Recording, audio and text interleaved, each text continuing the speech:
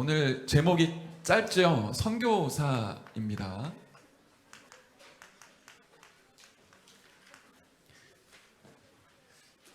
저와 여러분이 질문을 오늘도 좀 해봐야 되는데요.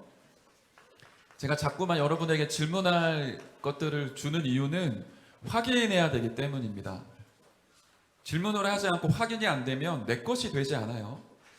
이 질문은 세상 사람들도 많이 하는 질문이긴 한데요. 여러분 혹시 해본 적 있나요? 저도 청소년 시절에 이런 메시지를 종종 들었었어요. 그때는 사실상 마음에 이렇게 와닿지가 않았어요. 나는 누구긴 누구야. 하나님 자녀. 생명 가진 하나님 자녀. 랩넌트지. 별 감각이 없다가 제가 나이가 들면서 굉장히 중요하다는 걸 체험을 해요. 제가 지금은 조금 알아요. 내가 누군지 알아가면서 달라지는 것들이 많아요. 예를 들어볼게요. 류광수 목사님이 제 나이 때, 저보다 조금 더 젊으셨을 때 목사님도 여러분 좋아하는 거 많이 드셨던 것 같아요. 메시지 들어보니까 막 커피도 많이 드시고 막 콜라도 드시고 하루에 막 커피 몇 잔 드시고 막 이랬던 얘기를 막 하신 적이 있어요. 그런데 지금은 류 목사님 그렇게 안 하시거든요. 왜냐하면 본인이 누군지 계속 확인이 되시는 거예요. 내가 세계복음화의 전도자이기 때문에 나의 건강 굉장히 중요하다.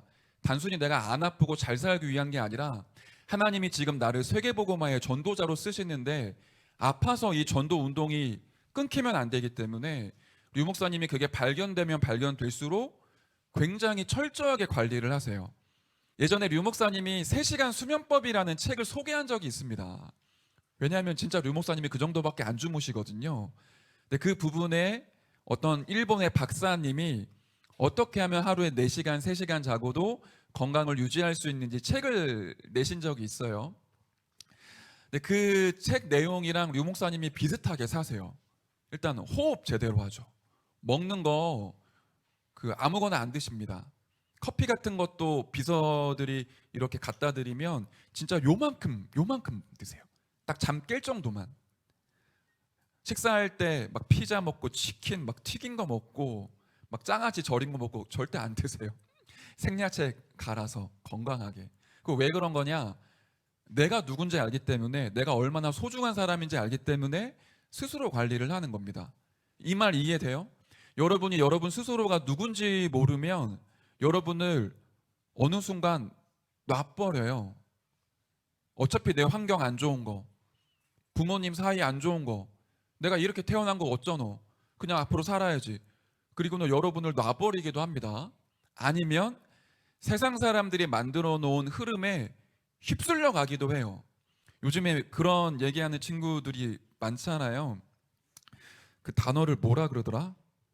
갑자기 생각이 안 나네. 그 스스로를 이제 망한 인생이라고 생각을 하고 이번 생은 포기했다.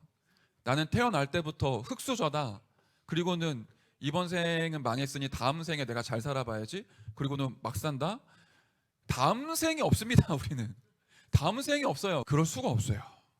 근데 그게 어디서부터 오는 거냐면 내가 누구인지를 모르기 때문입니다. 이번 주에는 이 질문을 여러분들이 꼭 해봐야 돼요. 여러분 진짜 누굽니까? 저는 여러분 누군지 조금 알 것 같아요. 만약에 여러분 이렇게 생각을 해보세요. 여러분이 10년 후에 20년 후에 전 세계를 움직이는 1%의 석학들, 오피니언 리더들, 진짜 세계를 움직이는 10%의 경제인과 정치인들이 여러분이 그 틈에 들어가서 여러분이 함께 그들과 함께 세상을 이끈다고 생각해 보세요. 심지어는 그들에게 아무도 줄 수 없는 인생의 답을 주는 위치라고 생각해 보세요. 여러분이 30년 후에 2, 3, 7 나라 5천 종족의 민족의 지도자들 또는 어떤 왕들, 그 나라를 대표하는 대통령들에게 여러분 굉장히 중요한 답을 전달하고 그들을 돕는 사람이라고 생각해 보세요. 근데 여러분 그렇게 되게 돼 있거든요. 그런 사람으로 여러분을 부른 겁니다. 단순한 위로의 어떤 응원의 측면이 아니에요. 진짜 제가 믿기 때문에 여러분에게 그걸 계속 각인시키는 겁니다. 여러분의 10년, 20년, 30년, 40년 후에 여러분 실제로 그 위치에 올라가서 많은 사람들에게 답을 줘야 되는 사람입니다. 그런 사람으로 여러분을 하나님 부르신 거예요. 내가 그런 사람이라는 걸 진짜 깨달으면 내가 나를 보는 눈이 달라져요. 지금의 환경이 안 좋은 게 오히려 발판이 됩니다. 내가 조금 부족하고 연약한 거, 그것 때문에 낙심하지 않아요. 하나님이 내게 주신 것을 찾아 굉장히 제대로 준비를 합니다. 근데 이 부분에 답이 안 나면, 답이 안 난 만큼 여러분이 계속 헤매야 돼요. 환경이 좋은 것도 상처가 될 수 있어요. 내가 누군지를 찾지를 못하면 여러분이 좋은 부모님 만난 것도 여러분은 원망이 되고 불평이 되고 상처가 됩니다. 굉장히 중요한 부분이에요. 하나님은 렘넌트 7명을 부르실 때 이 부분에 답을 주셨어요. 너가 누구냐? 너가 앞으로 어느 길을 가야 되느냐? 이 부분을 찾게 만드시고 거기에 대한 언약을 확정하셔서 렘넌트 7명을 인도해 가셨습니다. 대표적인 사람 한 명만 예를 들까요? 우리 요셉이라는 사람을 잘 알고 있잖아요. 노예로 끌려갔어요. 모양이 노예인 거예요. 씻지도 못했죠. 막 옷도 제대로 못 입었죠. 노예 시장에서 이 사람이 지금 팔려가야 될 주인을 기다리고 있는 상황입니다. 겉모양으로 보면 완전 노예예요. 거지인 거예요. 인생 망한 겁니다. 두 번 다시 노예에서 족쇄를 벗어날 길이 없어요. 그걸 만약에 요셉 스스로 나는 인생 끝났구나. 이번 생은 진짜 망했다. 나는 이제 더 이상 가망이 없다. 거기에 빠져 있었다면 노예 생활 하다가 노예로 죽었겠죠. 아니면 정신문제에 와서 스스로 목숨을 끊었을 수도 있습니다. 그냥 노예로 태어난 게 아니라 부잣집에 한 민족을 움직일 만한 귀족처럼 태어나고 자랐는데 형들의 미움과 시기 질투 때문에 노예로 팔려갔단 말이에요. 근데 요셉은 내가 누군지 알았어요. 내 겉모양은 노예이지만 나는 애굽의 노예로 끌려온 거 아니다. 나는 애굽의 세계보고만 하며 언약 성취를 이룰 하나님의 자녀로 지금 이 자리에 서 있다. 노예인 것처럼 보이지만 나는 노예의 자리에서 애굽을 움직일 수 있다. 저는 진짜 그렇게 믿었다고 봅니다. 왜냐하면 진짜 나중에 그런 고백을 하거든요. 형들을 만났을 때 형들이 나를 판 것 때문에 근심하지 마옵소서. 형님들은 나를 판 게 아니라 하나님이 나를 앞서 보내신 겁니다. 우리를 구원하기 위해 하나님이 나를 앞서 보낸 겁니다. 그 고백에는 요셉의 인생 전체가 들어있어요. 요셉이 스스로 누구인지 알았다라는 거예요. 이 질문을 우리가 해봐야 돼요. 여러분 진짜 누굽니까? 하나님의 여러분을 어떤 사람으로 부르신 겁니까? 제가 고등학교 때 이런 적이 있었어요. 한창 막 은혜를 받고 진짜 너무 막 힘이 나서 세계복음화라는 단어가 멀리 있는 게 아니라 진짜 나에게 너무 가깝더라고요. 제가 원래 공부를 진짜 그 부모님 표현대로 지지리도 못했거든요. 죄송합니다. 저 IQ 106입니다. 공부를 진짜 못하는 사람이에요. 그냥 노래 부르고 춤추고 뭐 이런 것만 재밌었지 공부하는 시간에 선생님을 보고 있어도 제 머릿속에는 딴 생각만 계속 들어왔었어요. 그런 저에게 그리스도가 생명으로 빛으로 들어오고 내가 세계복음화 렘넌트라는 게 딱 확신이 되니까 달라지기 시작을 하는 거예요. 하루하루 학교 가는 게 너무 좋은 거예요. 시험을 치를 때 저는 굉장히 기뻤어요. 왜냐하면은 성적을 내기 위한 시험이 아니라 이게 세계복음화의 과정이라는 게 믿어지니까 시험 기간에 밤새서 공부하는 것도 막 크게 어렵지가 않더라고요. 그럼 굉장히 평안함 가운데 막 시험을 치르죠. 그런데 어떤 때는 막 시험을 잘 보기도 하고 어떤 때는 시험 성적이 막 떨어지기도 하잖아요. 그날이 왔어요. 성적표를 받는 날이 온 거예요. 보통 선생님들이 성적표를 주면서 얘기 한마디 하시잖아요. 이거 부모님한테 보여드리고 사인 받아와. 수업이 끝나고 자율학습을 해야 되는데 그런 상황이 된 거예요. 친구들이 전부 다 성적표를 받고는 막 한숨 쉬고 막 낙심하고 막 욕하고 시험 문제 어렵게 출제한 선생님 막 원망하고 이러는 상황 속에 저도 모르게 친구들을 위로한다고 딴에 야 걱정하지 마, 낙심하지 마, 우리 진짜 기도하면 응답받아 막 이런 얘기를 하니까 친구들이 막 비아냥거리는 거예요. 네가 뭔데 나한테 그런 얘기해? 나 세계 복음할 사람이야. 나 세계 정복할 거야. 그러니까 친구들이 막 더 심하게 진짜 친한 친구들은 막 욕하잖아요. 야이 막 이렇게 욕을 하면서 네가 뭔데 뭐 세계를 정복해. 근데 저는 진짜 마음속에 확신이 있었거든요. 그리고 30년이 흐른 겁니다. 지금 제가 이 자리에 서 있잖아요. 여러분이 볼 때는 어떤 사람인지 감이 안 오겠지만 저는 세계복음화의 대열 속에 서 있습니다. 여러분에게 이번 한 주간 하나님이 이 응답 주실 줄 믿습니다. 내가 누구냐?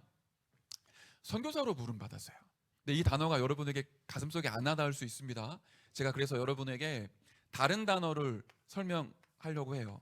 베드로전서 2장 9절에 보면 하나님이 우리를 이렇게 보세요. 너희는 왕 같은 제사장이요 거룩한 나라요 그의 택하신 백성이다라고 얘기를 하고 있어요. 많은 사람들을 하나님께 돌아오게 하고 그들을 그들의 죄에서 구원받을 수 있도록 돕는 제사장이고요, 보이지 않지만 모든 걸 정복하는 영적인 왕입니다. 거룩한 나라라고 했거든요. 여러분, 한 사람 한 사람이 하나님의 나라로 부름받은 거예요. 하나님의 손에 쓰임받고 하나님의 손에 계속 훈련받는 그의 택하신 족속이고 거룩한 백성입니다. 아무도 여러분을 해할 자가 없을 만큼 여러분 완전한 신분과 권세와 배경을 소유하고 있어요. 그거 진짜 내가 알아가면 나를 보는 시각이 달라져요. 이 와중에는 여러분들 중에 가정 환경 안 좋은 친구들 있잖아요. 저는 분명히 말씀드립니다. 여러분의 부모님 이혼한 거 여러분 잘못 아니에요. 그것 때문에 여러분 눌리지 마세요. 여러분은 부모님과 상관없이 세상을 움직이고 정복할 정복자입니다. 여러분의 가정 환경이 안 좋습니까? 경제가 너무 어려워서 사람들에게 내 가정 형편 말하는 것조차 여러분 힘듭니까? 혹시 나는 절대로 바뀌지 않는 악한 습관 때문에 괴로움에 빠져 있습니까? 지금 여러분에게 보여지는 모습 때문에 여러분을 판단하지 마세요. 나는 이 정도야. 아니요. 절대 그렇지 않습니다. 여러분은 그 정도가 아닙니다. 여러분 속에는 그리스도가 함께 하시고 여러분의 속에는 무한한 보좌의 능력이 있습니다. 아무도 여러분을 지금 보이는 모습으로 평가하고 판단할 수가 없어요. 여러분은 앞으로 시대를 살릴 무관의 죄왕입니다. 그걸 이번 주에 확인해 보셔야 돼요. 내가 누구냐? 내 속에 무엇이 있냐? 나는 어느 길로 가느냐? 이번에 확인하는 은혜 있으시길 바랍니다. 자, 그리고는 본론을 함께 볼게요. 왜 하나님이 우리를 무관의 제왕, 선교사로 부르셨을까요? 그 이유가 있어요.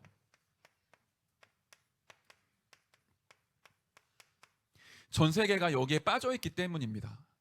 세상이 흑암에 덮쳐 있어요.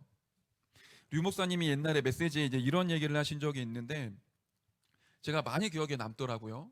아이들이 읽는 책의 어떤 이야기예요. 숲속에 토끼, 여우, 늑대, 뭐 사자는 아니겠구나, 호랑이, 곰 이렇게 살고 있잖아요. 솔방울이 하나 툭 하고 떨어진 겁니다.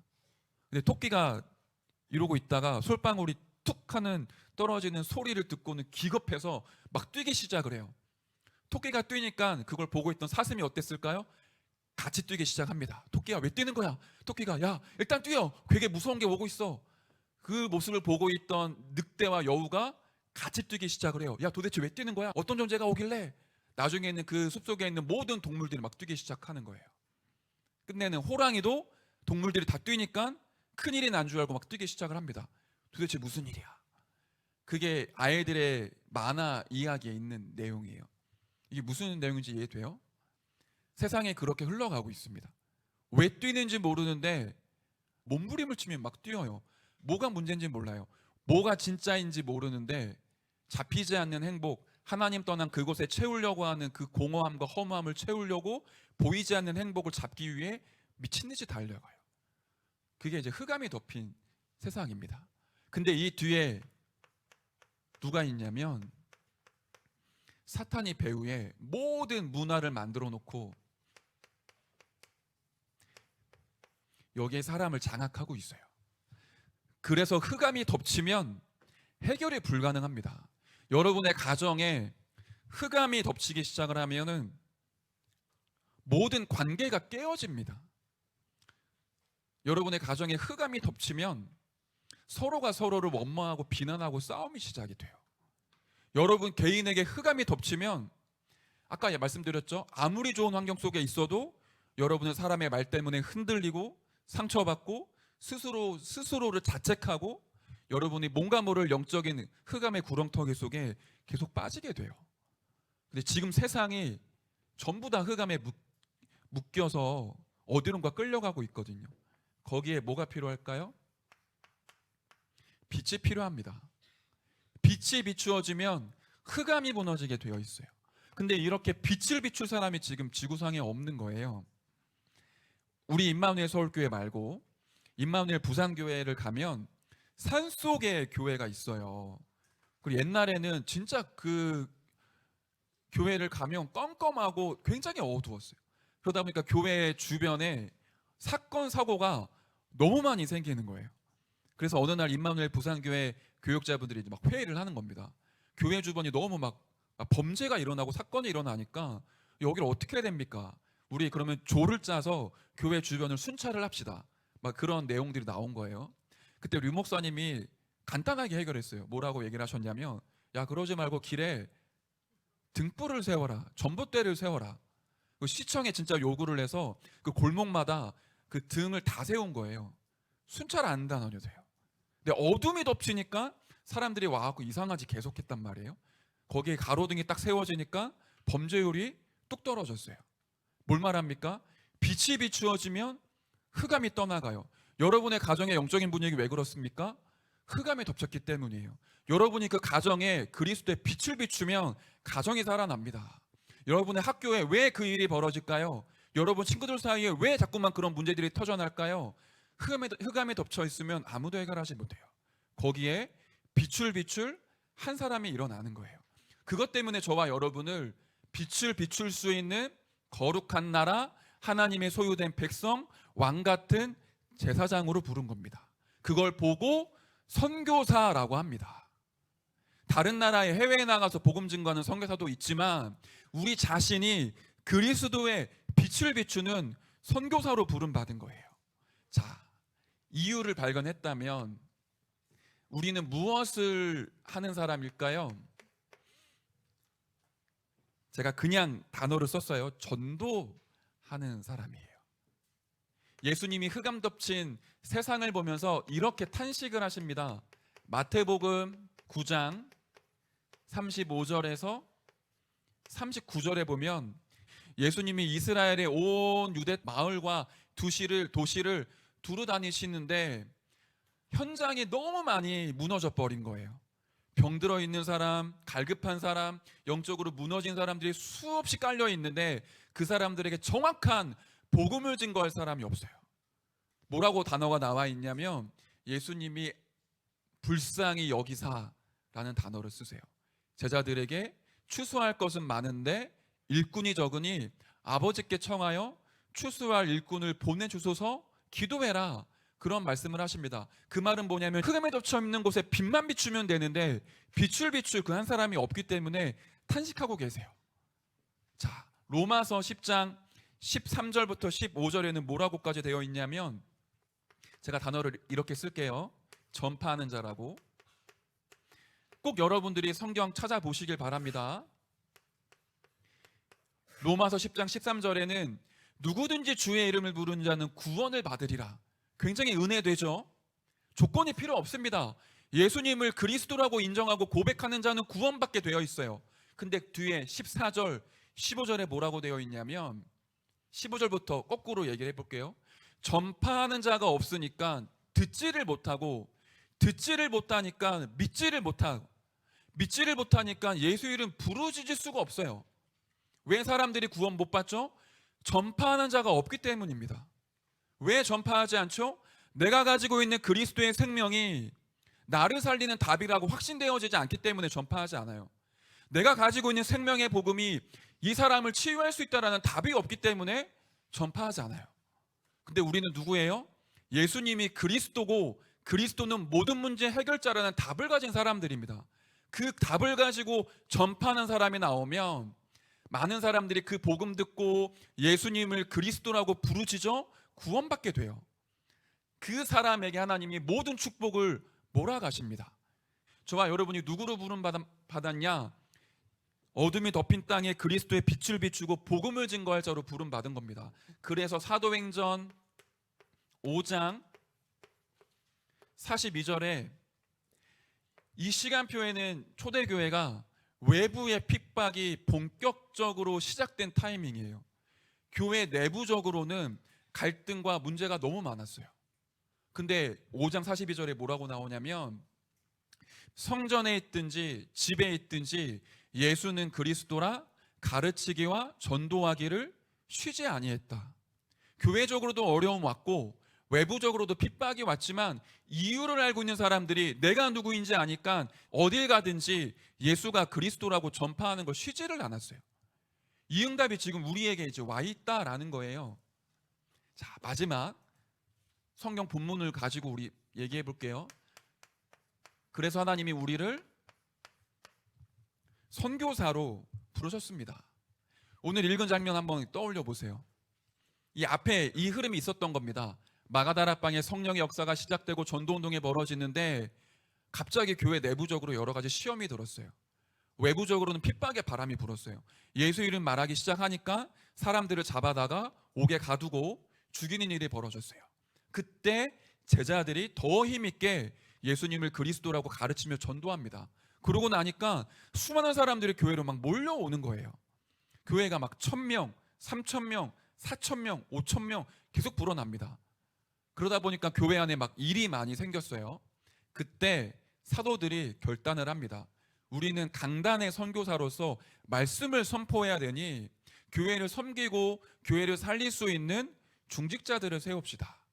그리고 나니 교회가 더 힘있게 전도운동이 벌어졌고 6장 7절에는 뭐라고까지 나오냐, 핍박의 주동자들이었던 허다한 제사장의 무리들도 그리스도의 도에 복종하는 일이 벌어졌어요.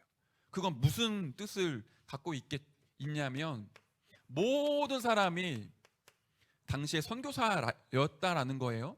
지금으로 치면은 목회자들은, 저 같은 목사님들은 말씀을 선포하는 강단의 선교사입니다.